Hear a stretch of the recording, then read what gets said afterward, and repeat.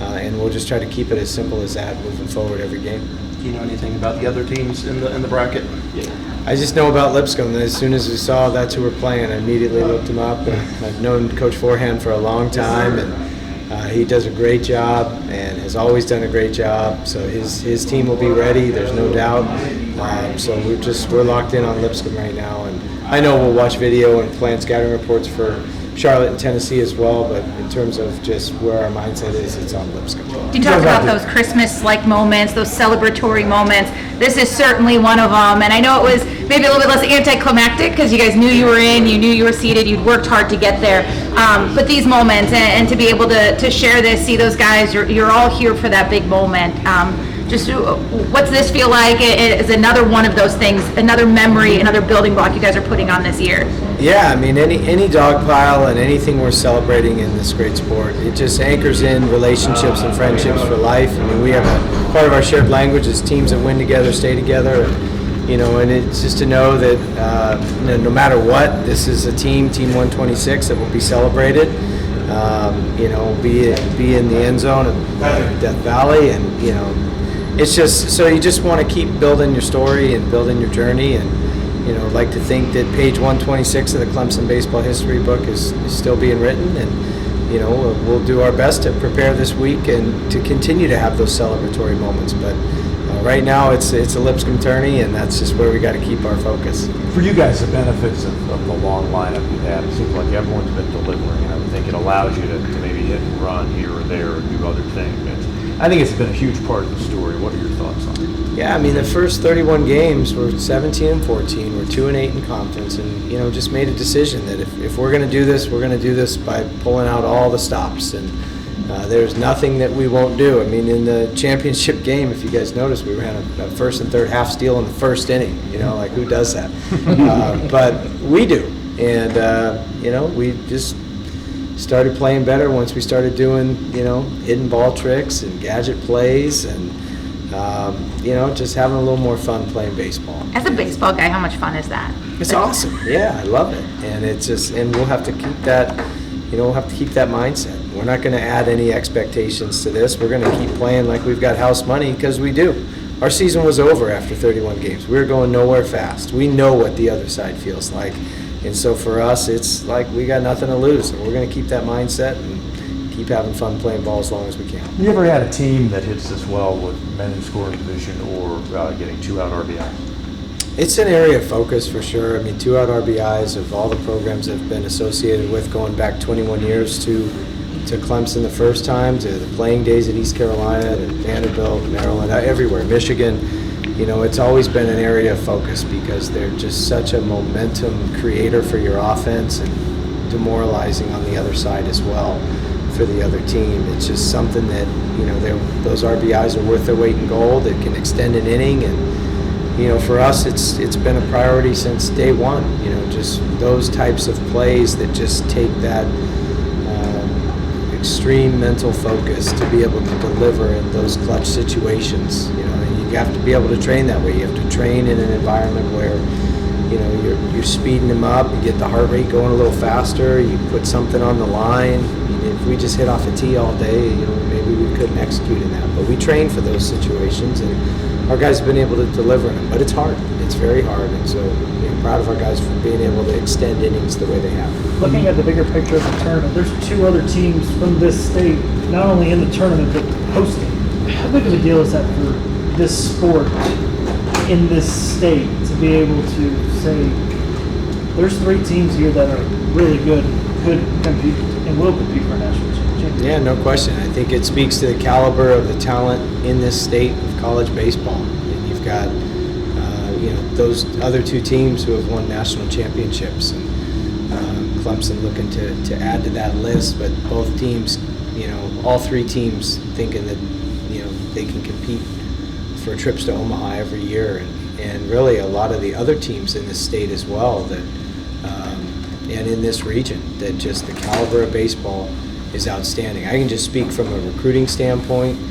Recruiting in the Southeast, the caliber of baseball of the high school player, of the travel ball player, it's just a very advanced player. These kids have just had a lot of repetitions from a young age playing baseball, and They just have an advanced skill set, and they bring that into the schools that they go into throughout the Southeast and create the high level of play you see in these conferences. Looking at y'all's schedule, y'all have, Back a little bit. You have you'll host this weekend, and then also then come potentially if you win this weekend, you'll be home We're next not- weekend. How big of a deal is that for you? And I'm not even, like, it's a Lipscomb regional, it's a Lipscomb tournament. I told our guys, do not, for 1 second, look at the matchup, who's we're paired with, start talking about Omaha. Nobody's going to Omaha after this weekend, and, you know, it's not how we're gonna think. We're just looking at it as a Lipscomb regional, and we're gonna straight, the most important game we'll play all season is the next one. So in that vein, of watching other teams, guys are doing the floss, they're jumping up and cheering, some guys are wearing masks.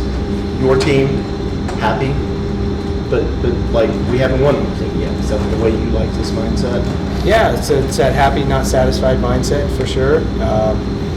But yeah, I mean, we're happy, we're excited. You know, we're excited to keep playing. But yeah, we truly feel like we've got house money. And we wouldn't feel that way had we not gone through it. You know, got drugged through the mud for the first half of the season, where, you know, Team 126 was going to be a team that was remembered for effort. And now this is a team that will be, regardless of what happens this weekend, this is a team that will be remembered for one of the best turnarounds that Clemson baseball could have asked for, and a storylines for future generations of Clemson baseball players. Any time that any future teams hit a rough patch, to know that they are never out of the fight. Just look what Team 126 did in the middle of their year. When you got the job, talked about that year and when you were graduate assistant and what the atmosphere was like at Kingsmore. How thrilled are you to kind of get to see that and see how hungry these fans are for Clemson baseball to do well? Oh yeah, I think I'm most excited for our players. I'm second most excited for the community. To know that regionals are coming back to Doug Kingsmore Stadium, what that will do for local businesses, what that will do for this area, and just getting people excited. We've seen it in softball. I think it's awesome that they're an elite team as well and hosting regionals. And when we can bring the postseason to Clemson in any sport, but especially in the diamond sports, it just does a lot to just boost the excitement.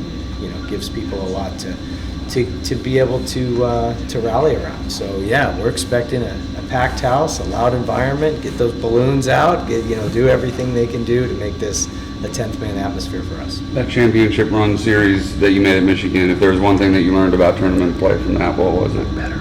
Just to shrink the moment and not let anything get too big. You got to just shrink the moment to be about the white lines and just make it about baseball and make it about each other. And this is the time of the year where we just want to keep playing, to keep 126 together as long as we can. And if we make that our focus and that's what we're playing for, I like our chances. What's your favorite part of the home field? What's like the moment, the tradition?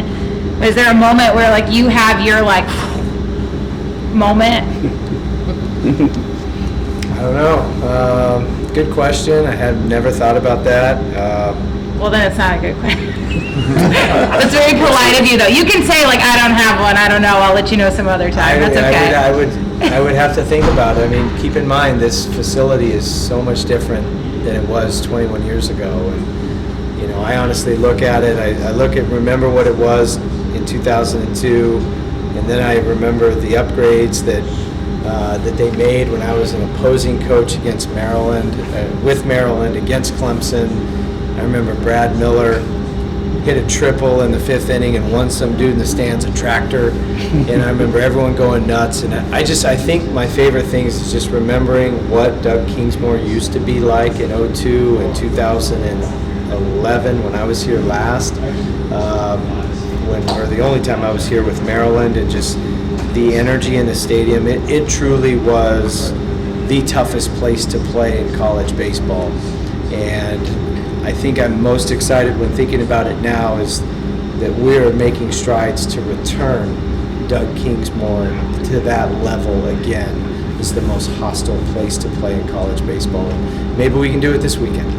What's it like, Coach Leggett made the road trips this year? So how exciting was it for you to have him in the dugout up in Durham to kind of be with you for that? Yeah, I mean, we had some weather, but we didn't have lightning delays, but we had our own bolt of lightning with 7 in our own dugout.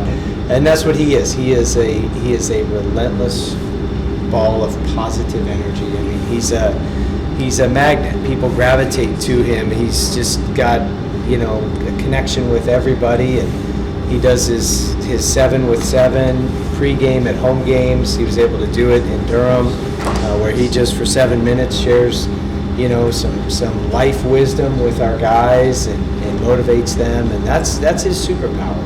He's a motivator. He's a mentor. He's a coach, and he's a Hall of Fame coach, but he's a Hall of Fame person. And so to have him back with the program, coaching the coaches, mentoring the players, just having his wisdom in our dugout, and he stands right next to me, so we talk, about things all the time. But yeah, he's been a huge addition, and it's great to see him back with Clemson. Because you think Clemson baseball, you think Coach Leggett, you think Coach Wilhelm, you think about all the players that played in both those generations, all the great players under Coach Lee recently, but Coach Leggett needs to be a part of this. He just does. And so to have him back fully immersed in it just feels right. What's it like to be one of those 4 Clemson teams to bring home a championship, ACC championship?